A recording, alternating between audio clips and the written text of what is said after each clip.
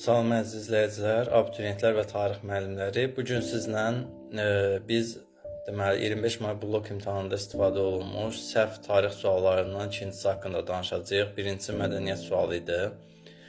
Onun haqqında videonu kanala yerləşdirmişəm. İkinci sual isə deməli Azərbaycan Xalq Cümhuriyyəti ilə bağlı idi. Demişdim ki, sizə araşdırmalar bitəndən sonra onun haqqında da video çəkəcəm sizin üçün. Sadəcə araşdırma uzun çəkdi, çünki 50 mindən çox abituriyentin iştirak etdiyi imtahanda 3 sualın səhv olduğunu iddia edirsənsə, yəni bunu çox tutarlı səbəblərlə əsaslandırmalısan. Azərbaycan Xalq Cümhuriyyəti sualında səhvi aşkarlayan müəllim də elə mənəm. Ona görə bunu əsaslandırmalıyam ki, niyə bu səhv sualın niyə səhv olduğunu bir düşünürəm. Deməli, keçək sual haqqında danışmağa. Əvvəlcə sual ekranın yuxarı hissəsində gəlsin ki, siz ora baxın suala. Sualın digər bəndləri haqqında danışmayacağım. Zaten bizim problemimiz sualın digər bəndləri ilə deyil. Biz sualın 3-cü bəndi haqqında çox geniş danışacağıq. Zəhmət olmasa videonu bəyənin, paylaşın. Yəni, Dövlət İmtahan Mərkəzi bunu görməlidir və sualların səhv olduğunu qəbul etmək məcburiyyətindədir. Konkret olaraq suallar səhvdir. 3 sualdan söhbət gedir. Biri mədəniyyət sualı, biri Azərbaycan Xalq Cümhuriyyətinin sualı, digəri isə deməli 59-cu situasiya sualının ikinci hissəsi səhvdir və o ikinci hissədə ulduzlanmalıdır. Birinci hissəsi yox, ikinci hissəsi iqtisadiyyatla bağlı olan yeri səhvdir. Keçək sualın izahına. Əvvəlcə uşaqları narahat edən məqamı diqqətinizə çatdırım ki, uşaqlar düşünür ki, sualın cavabı etalonda 1-3-4 verilir. Məsələn, uşaqların əksəriyyəti də bu suala düzgün cavab kimi deməli 1-3-4 yazıbdır. Bir hissəsi də 1-4 yazıbdır və düşünürlər ki, əgər qərar dəyişikliyi olsa birdən, yəni bu 1-3-4 yazanlarınki səhv hesab olunacaq. Xeyr, belə deyil. Mən indi sizə niyə həm 1-4 cavabının, niyə həm də 1-3-4 cavabının doğru olduğunu isbatlamağa çalışacağam. Ki, niyə Dövlət İmtahan Mərkəzi bu suala ulduz verməlidir və hər iki cavabı yazan abituriyentlər üçün doğru hesab eləməlidir. Ya da ümumiyyətlə boş qoyanlar üçün də, yəni bu sual ulduzlanmalıdır. Fərqi yoxdur kim nə yazıbsa ora. Yəni, narahatlığa əsas yoxdur. Keçək sualın izahına. Əvvəlcə sualı izah eləməmişdən qabaq, sizin diqqətinizə bir şey çatdırım ki, bu sual canlı yayımda imtahandan sonra Dövlət İmtahan Mərkəzinin nümayəndəsi və ekspert tərəfindən izah olunubdur. Təəssüflər olsun ki, ekspert müəllim sualı izah edərkən çoxlu xətalara yol veribdir. Yəni, 3-cü bənddən əlavə də sualı izah edərkən orada səhvlər deyilibdir. Yəni, müxtəlif günləri səhv vurğuluyur və 3-cü bəndi isə ümumiyyətlə tamamilə yanlış izah eləyir. Burada məqsədimiz müəllimi hədəf almaq deyil. Təbii ki, bu canlı yayım zamanı müəllimin həyəcan keçirtməsi, yəni ekspertin həyəcanlı olması, eyni zamanda yaşlı müəllim olması, yəni onun müəyyən səhvlər etməsinə yol verə bilər. Amma bu 50 mindən çox uşağın taleyini də yəni qaraltmamalıdır da. Yəni burada çox həssas bir məqamdan söhbət gedir. Biz digər səhvləri verməyimizə ehtiyac yoxdur. Əvvəlcə sizə sadəcə 3-cü bəndin Dövlət İmtahan Mərkəzinin eksperti tərəfindən izahını təqdim edirəm. Əvvəlcə siz o videonu izləyin. Qonşu dövlətlərlə hərbi əməkdaşlıq haqqında müqavilə imzalanması. 1918-ci il iyunun 4-də Azərbaycan Xalq Cümhuriyyəti hökuməti və Milli Şurası Osmanlı dövləti ilə müqavilə imzalamış. Dostluq və deməli sülh və dostluq haqqında müqavilə. Həmin müqavilədə tərəflərin bir-birlərinə hərbi yardım göstərməsi haqqında maddə var. Bu artıq hərbi əməkdaşlıqdır. 1919-cu ilin yenə də bu artıq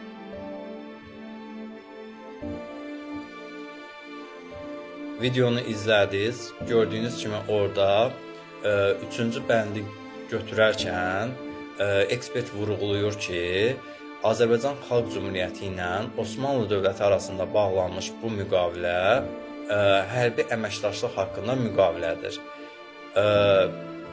Biz əvvəlcə deməli kitablardan nümunələr verməliyik və bu müqavilənin niyə sülh və dostluq olduğunu isbatlamalıyıq. Baxın, əvvəlcə hərbi əməkdaşlıq tərəfini izah etməyəcəm. Əvvəlcə bu müqavilənin niyə sülh və dostluq müqaviləsi olduğunu izah eləyəcəm. Sizə nümunə olaraq Azərbaycan tarixinin 9-cu və 11-ci sinifindən olan deməli dərsliklərdən çəkilmiş şəkilləri yuxarı hissədən verirəm. Özünüz baxın. Dərsliklərdən biri 9-cu sinifindir. Hal-hazırda görürsünüz onları yəqin ki. Digəri 11-ci sinif dərsliyidir. Bu dərsliklərin hər ikisində ümumi olaraq deməli AXC və Osmanlı arasındakı olan Batum müqaviləsindən danışır və bu müqavilənin bəzi bəndlərinə, bəzi hissələrinə toxunulur.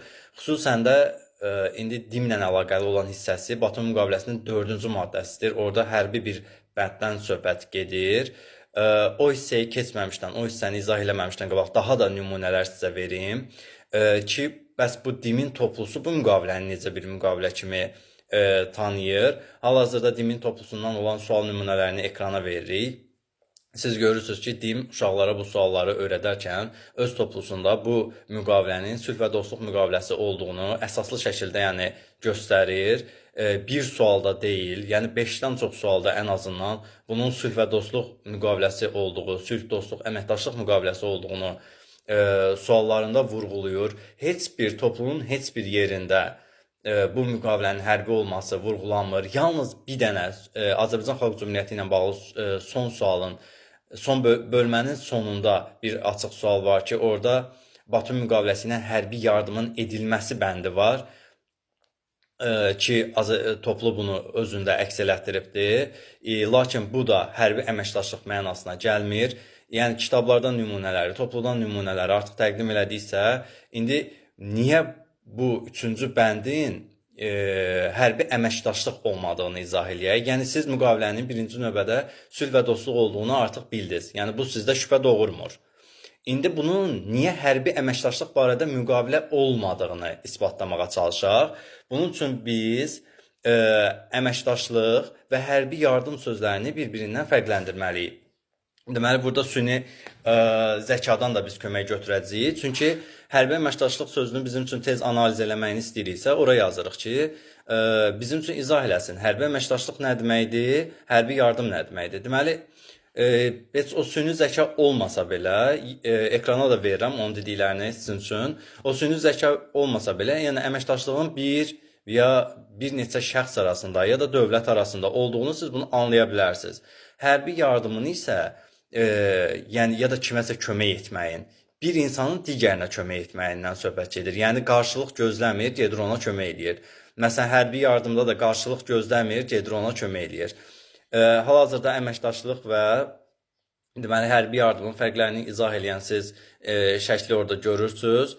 4-cü maddəni təkrar sizə göstərmək istəyirəm ki, göstərmək istəyirəm ki, 4-cü maddədə iki dövlətin bir-birinə yardım etməsindən bəhs edilmir.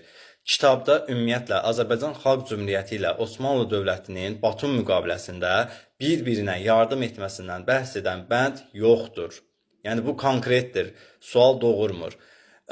Orada 4-cü maddədə konkret olaraq deyilir ki, yəni bu dərsliyin yazdığıdır. Azərbaycan Xalq Cümhuriyyəti zərurət yaranacağı təqdirdə Osmanlı dövlətinə hərbi yardım üçün müraciət edə bilər. Osmanlı da öz öhdəliyinə götürür ki, mən əgər Azərbaycan Xalq Cümhuriyyəti mənə belə bir müraciət eləsə, ona yardım etməyi öz öhdəliyimə götürürəm. Yəni, burada iki tərəf var. Amma bir tərəf digərinə kömək eləmir. O, digər tərəf birinə kömək eləyir. Yəni, bu necə əməkdaşlıq ola bilər? Əməkdaşlıq normalda ikisi də korporativ şəkildə bir-birinə kömək etməli deyilmi? Bax, bu sualın bir hissəsi. Bizim hələ izah eləyəcəyimiz çox hissələr var.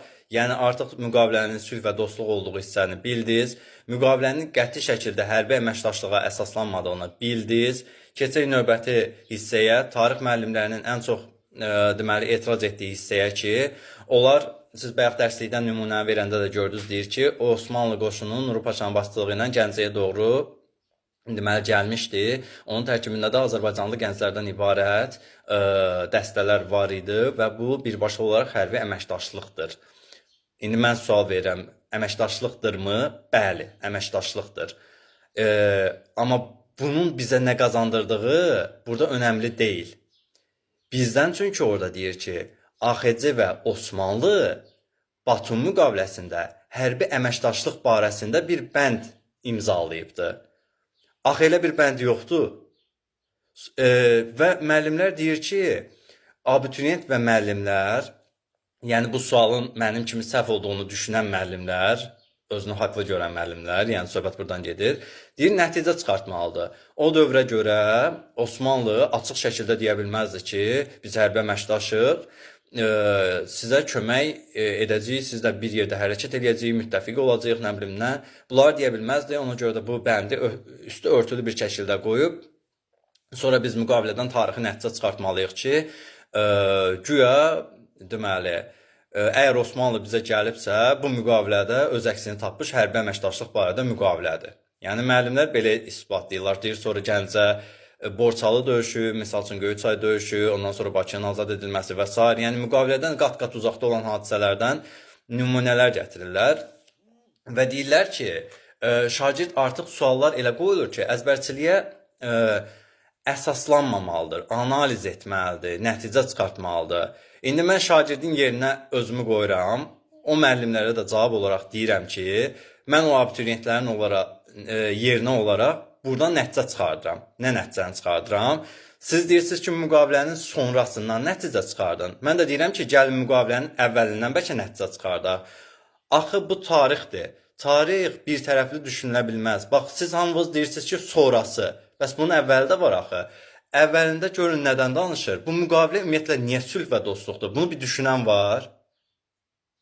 Yəni həqiqətən bu o deyir sizin Nuru Paşa Bakıya gəldi. Bakını azad elədi. Bu hərbi əməkdaşlıqdır. Bu niyə sülh və dostluq olduğunu düşünürsünüz siz? Bu müqavilə nəyin nəticəsində imzalanıbdır? Yəni bir müəllim olaraq siz bunun arxasını da düşünməli deyilsiniz ki, hər hansı baş vermiş böyük bir hadisədən sonra müqavilə imzalanır. Müqavilə nədənsə əvvəl imzalana bilər, düzdür. Yəni nəyisə qarantiləmək üçün imzalana bilər. Amma o tarixdə olmur ki, müqavilə nəyinsə nəticəsində. Yəni böyük müharibələr nəyin nəticəsində başa çatır? Burada da Batum müqaviləsi adı təsadüf deyil sülh və dostluq olmasının. Ümumiyyətlə müqavilənin imzalanmasının özü bir təsadüf deyil. Çünki Cənubi Qafqaz Respublikaları həmin vaxtda Seymin dövrüdür. Cənubi Qafqaz Seymi ilə onun tərkibində Ermənistan var, Gürcüstan var və Azərbaycan Xalq Cümhuriyyəti var. Osmanlı dövləti, Osmanlı imperiyası müharibə şəraitində idi. Azərbaycan Xalq Cümhuriyyəti neytral mövqe tuturdu. Amma Ermənistan və Gürcüstan neytral mövqe tutmurdu. Osmanlıya qarşı hərbi əməliyyatlar aparırdı. Aprel-may ayları ərzində hərbi əməliyyatlar gedibdi. Osmanlı dövləti hər iki Qafqaz ölkəsini hərbi əməliyyatlar zamanı məğlub eləyibdi. Ona görə də bu müqavilə Osmanlı 3 Qafqaz ölkəsini də, yəni Azərbaycan Xalq Cümhuriyyətini də formal olaraq, çünki biz müharibədə aktiv iştirak eləməmişik. Sadəcə Seymin tərkibində bizim də adımız iştirakçı kimi gedirdi. Formal olaraq 3 ölkənin üçünü də bu müharibədə məğlub eləyibdi və 3 ölkəyə də qalib gəlib, ondan sonra 3 ölkənin üçünə də Batum müqaviləsini imzaladıbdı. Ona görə Batum müqaviləsinin adı sülh müqaviləsidir, hərbi əməkdaşlıq müqaviləsi deyil. Bu da tarix müəllimlərinin iddiasına cavab olsun. İndi bu sualın cavabı nə 1-4, nə də 3-4 kimi verilə bilməz. 3 konkret olaraq səhvdir. Müqavilə hərbi əməkdaşlıq müqaviləsi deyil. Əgər DİM etalon cavabda dəyişiklik etməyə qalxsa, bu çox böyük bir fiyasko ilə nəticələnər. Çünki canlı yayımda bu deməli şəxslər həmin sualın 1-3-4 olduğunu açıqlayıblar. Yəni bundan geri dönüş yoxdur. Bunu inkar eləyə bilməzlər. Cavabı 1-3-4-dən 1-4-ə dəyişə bilməzlər. Çünki özləri deyib ki, cavab 1-3-4-dür. Bunu elmi cəhətdən əsaslandırmağa çalışıbdır və cavab yekun nəticə olaraq həm 1-4, həm də 1-3-4 hesab olunmalı. Hər kəsin xeyrinə qərar verilməlidir. Videonu izlədiyiniz üçün sağ olun, bəyənib paylaşmağı unutmayın.